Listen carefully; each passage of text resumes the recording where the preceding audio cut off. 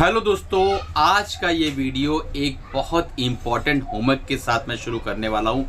आपके सामने निफ्टी का चार्ट आ रहा होगा। आपको इस वीडियो को ख़त्म होने के बाद मुझे कमेंट करना है कि इस चार्ट के अंदर जो आज कैंडलस्टिक पैटर्न बनी और कल की जो कैंडलस्टिक पैटर्न थी उसे देखकर आपको क्या लगता है कि निफ्टी ने बुलिशनेस के संकेत दिए हैं या बियरिशनेस के संकेत दिए, और दोनों तीनों कैंडल मिला के आपको ओवरऑल क्या लगता है, ये मुझे आप बताइएगा। आपके लिए होमवर्क है। चलिए वीडियो शुरू करते हैं। आपने देखा कि कल के दिन जो है बजट है और बजट के दिन कितनी वॉलेटिलिटी रहेगी, मार्केट में क्या हो सकता है, किस चीज़ को हमें पकड़ना है, किस चीज़ को हमें छोड़ना है, क्या डिसीजन लेना है। मार्केट अगर किसी तरीके से नीचे जाना शुरू करती है तो हमें क्या बाय करना है, मार्केट ऊपर की तरफ निकलती है तो हमें क्या बाय करना है। ये सारे सवालों के जवाब इस एक ही वीडियो में मिलने वाले हैं और आपको पूरी गुत्थी सुलझ जाएगी। कोई और वीडियो यूट्यूब पर आपको देखने की ज़रूरत नहीं महसूस होगी। तो इससे पहले वीडियो शुरू करूँ, अगर आप बिगनर्स से नए हैं तो इस तरीके के लर्निंग कंटेंट इस जो है वीडियो इस तरीके के आपके इस चैनल पर आते रहते हैं। तुरंत इसको सब्सक्राइब कर लो, बेल बटन दबा दो, और हमारा जो है टेलीग्राम का चैनल बिल्कुल फ्री है, नीचे डिस्क्रिप्शन में लिंक है, जाकर उसे तुरंत ज्वाइन कर लो। चलिए शुरू करते हैं। सबसे पहले देख लेते हैं, आपके सामने एक चार्ट आ रहा होगा कि मार्केट ने रिएक्शन किस तरीके से दिया है पिछले 10 से 12 सालों के बजट में। तो 2012 से मैंने यहाँ डाटा निकाला है। प्रणब मुखर्जी ने जो है बजट अनाउंस किया था, उस टाइम पे फाइनेंस मिनिस्टर हुआ करते थे। 1.16% मार्केट जो है उस दिन डाउन थी। पहले नोट करते चलिए, देखते चलिए। पी चिदम्बरम ने जो है 2013 में और 2014 में उन्होंने जो है बजट अनाउंस किया था। 1.79 2013 में डाउन रही मार्केट और प्लस में रही 0.41% के आसपास 2014 में। उसके बाद जो है मोदी जी का कार्यकाल शुरू होता है लगभग, और अरुण जेटली ने 2014 के अंदर उन्होंने बजट पेश किया। मार्केट 0.23% डाउन रही और 2015 में मार्केट प्लस रही 0.65%, 16 में माइनस रही 0.61% और 17 में जो है प्लस रही 1.81%, और 2018 में अरुण जेटली जी ने अनदर जो है बजट अनाउंस किया, माइनस 0.10% के आसपास नेगेटिव रही। अब पीयूष गोयल जी का ज़माना आता है 2019 के अंदर और उन्होंने बजट अनाउंस किया, 0.58% के आसपास मार्केट प्लस रही। निर्मला सीतारमण मैडम ने जो है बजट अनाउंस किया 2019 में, माइनस 1.14% के आसपास जो है मार्केट ने नेगेटिव रिटर्न दिया। 2020 में जो है मार्केट ने 2.51% के आसपास का नेगेटिव रिटर्न दिया। 2021 में, जिसे कहा जाता है सीतारमण कैंडल के नाम से भी काफ़ी फेमस है, 4.74% का पॉजिटिव रिटर्न यहाँ पे मार्केट ने दिया। तो अगर ये पूरे बजट को लगभग अगर हम एक कैलकुलेशन करके एवरेज निकाले तो लगभग 2.5% के आसपास का प्लस में रिजल्ट यहाँ पे निकल कर आता है पिछले कई सालों के बजट को अगर हम देखें तो। अब यहाँ एक चीज़ समझने की है कि 2% के आसपास की जो वॉलेटिलिटी यहाँ पे आपको दिखाई दे सकती है, कई बार वॉलेटिलिटी 5% के आसपास भी जाती हुई नजर आई है। तो इस सारी चीज़ों के लिए आपको तैयार रहना है। पर एक चीज़ आपको क्लियर कट समझ में आ रहा है कि मार्केट मैक्सिमम ड्रॉ डाउन दे सकती है 2 से 3% के आसपास। मैक्सिमम जो प्रॉफिट आया है यहाँ पे 4.78% के आसपास। तो ये आप एक दिमाग में रखिए कि मार्केट इतना उछल कूद कर सकती है कल वाले दिन।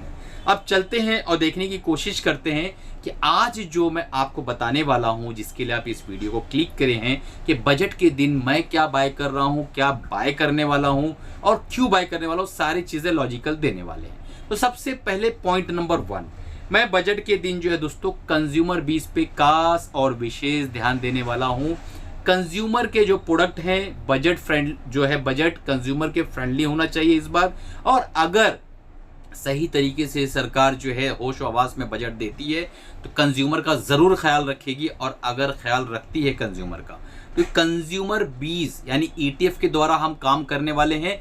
अगर बजट में कंज्यूमर से रिलेटेड पॉजिटिव न्यूज़ आती है तो ये ETF ऊपर की तरफ उछाल मारेगा, और अगर नेगेटिव न्यूज़ आती है तो ये ETF नीचे की तरफ आएगा। बट इस ETF के अंदर आपको जो है किस तरीके से काम करना है, ये ETF का नाम क्या है मैं बता देता हूँ। कंज्यूम 20 करके निप्पॉन इंडिया ETF कंजम्पशन जो है इसका नाम है और आपके सामने आ रहा होगा 125.74 के आसपास ये ट्रेड करता हुआ नज़र आ रहा है। इसका एसेट अंडर मैनेजमेंट AUM जो है 76.15 करोड़ के आसपास का है और पिछले एक साल में 35.9% का बेहतरीन रिटर्न इस ETF ने बनाकर दिया है। P 52.44 का, जैसा आपको पता है कि कंजम्पशंस के अंदर P हमेशा ज़्यादा रहता है। एक प्रीमियम वैल्यूएशन पे ट्रेड करता हुआ नज़र आता है। एक्सपेंस रेशियो 0.31% के आसपास है। तो अगर मार्केट के अंदर गिरावट आती है तो आप तैयार रहिए, 105 तक भी आ सकता है ये, यानी 126 के आसपास इस वक्त चल रहा है।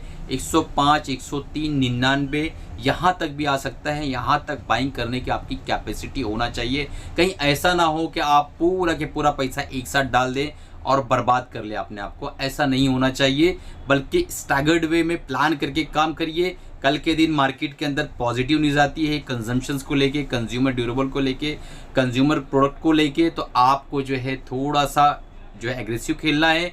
अगर न्यूज़ खराब आती है तो आपको थोड़ा सा डिफेंसिव खेलना है। तो ये खेल जो है पूरा के पूरा गेम आपके माइंडसेट का होगा। आपके पास कोई मेंटर, कोई टीचर है तो उससे थोड़ा सा बातचीत करके काम करिएगा। अदरवाइज जो हमारे स्टूडेंट हैं उनके लिए तो कोई टेंशन नहीं है, मैं उन्हें बता दूंगा। अब आगे चलते हैं और कोशिश करते हैं कि दूसरा हमारा जो ETF है उसका क्या नाम है। तो वो भी हमारा सबसे प्यारा, सबसे दुलारा जो ETF है। आपने मेरे मुंह से कई बार नाम सुना होगा और कई बार मैंने इसके ऊपर वीडियोस भी बनाए हैं। और आप जो है इस ETF का नाम है, उससे पहले मैं आपसे एक बहुत ही इंपॉर्टेंट अनाउंसमेंट करना चाहूँगा। हमारा जो नेक्स्ट बैच है ETF ट्रेडिंग प्रोग्राम का, बहुत तेज़ी से फुल हो रहा है। अगर आपको ETF के बारे में कंप्लीट ज्ञान लेना है, अच्छी सी स्ट्रैटेजी सीखना है, एक रेगुलर और पैरेलल इनकम जनरेट करना है, कंसिस्टेंट प्रॉफिटेबल रहने की कोशिश करना है, एक मेंटर, एक अच्छे टीचर की तलाश है आपको, मिडिल क्लास हो, लोअर मिडिल क्लास हो, डॉक्टर हो, इंजीनियर हो, लॉयर हो, पैरेलल इनकम तैयार करने की कोशिश कर रहे हैं आप, तो ये जो है ETF ट्रेडिंग प्रोग्राम आपके लाइफ के लिए बिल्कुल एकदम अलग सा ही चेंज फील होगा आपको इस प्रोग्राम को करने के बाद। नीचे नंबर आ रहा है, व्हाट्सएप पे आप कांटेक्ट करिए, इस प्रोग्राम को तुरंत इनरोल कर लीजिए और आज से ही लाइव रिकॉर्डेड प्रोग्राम आपको मिल जाएगा। और बाकी मैं जूम पर आके लाइव सेशन जो है आपका लेने वाला हूँ। कैसा प्रोग्राम होने वाला, कब डेट है, सारी चीज़ों को फाइनलाइज करने के लिए आप नीचे व्हाट्सएप पे कांटेक्ट करिए दोस्तों। तो चलिए आगे बढ़ते हैं। हमारा दूसरे जो ETF का नाम है IT20। जी हाँ, IT20 बीच में काफ़ी तेज़ी से उछाल मारा। मैंने एक वीडियो बनाया था और उसके बाद वहाँ से थोड़ा सा करेक्टिव मोड लग रहा है। IT20 के लिए क्या लॉजिक है वो आप समझ लीजिए। उससे पहले हम समझ लेते हैं कि IT20 जो है Nippon India ETF Nifty IT manage करता है। 29.68% के आसपास का रिटर्न दिया है। 42.61 पे ये ट्रेड होता हुआ नज़र आ रहा है। और यहाँ पर आप देखेंगे कि बेंचमार्क निफ्टी IT ने 33.65% का रिटर्न दिया है और IT20 ने 29.68% का रिटर्न दिया है। और यहाँ पे AUM एसेट अंडर मैनेजमेंट जो है 2413 करोड़ की है। लिक्विडिटी बहुत अच्छी है इसकी। P 32.98 का हल्का सा वैल्यूएशन थोड़ा सा ज़्यादा है। एक्सपेंस रेशो 0.22% के आसपास है। तो मेरी नज़र में इसका जो है एक्यूमुलेशन इस अंदाज में होना चाहिए। आपके सामने IT20 का चार्ट आ रहा होगा। इस चार्ट को देखकर आप समझ सकते हैं कि IT20 ने एक बहुत अच्छा, बहुत बढ़िया ब्रेकआउट अभी हाल फिलहाल में दिया है, जो कि कप पैटर्न की शक्ल बनाता हुआ नज़र आ रहा है। तो आप ये समझ सकते हैं कि अब ये बहुत ज़्यादा करेक्ट करेगा। तो मुझे ऐसा लगता है मैक्स टू मैक्स 37 तक इसको जाना चाहिए। अगर 37 पे ये मिलता है तो बहुत ही बेहतरीन बाइंग होगी। इससे महंगा अगर मिलता है तो आपको स्टैगर्ड वे में धीरे धीरे इसके अंदर आपको एक्यूमुलेशन बनाना चाहिए। लॉन्ग रन में आपको एक बहुत बढ़िया मुनाफा ये बना के दे सकता है IT20।